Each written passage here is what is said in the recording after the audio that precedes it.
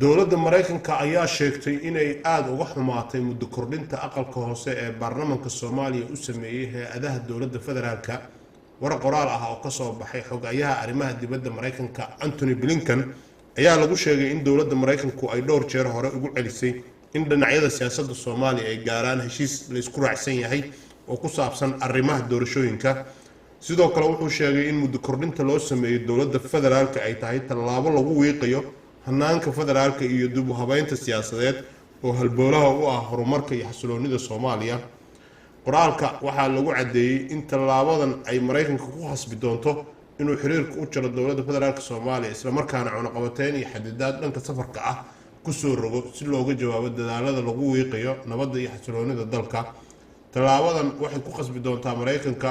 inuu dib u qiimeeyo xiriirkeena laba geesoodka ee aan la leenahay dowladda federaalka ee Soomaaliya oo ay ku jirto ka qayb qaadashada diblomaasiyadeed iyo kaalmada iyo in la tixgeliyo dhammaan aaladaha la heli karo oo ay ku jiraan cunaqabateynta iyo xadidaadda safarada si looga jawaabo dadaalada lagu wiiqayo nabadda iyo xasiloonida ayaa lagu yiri qoraalka.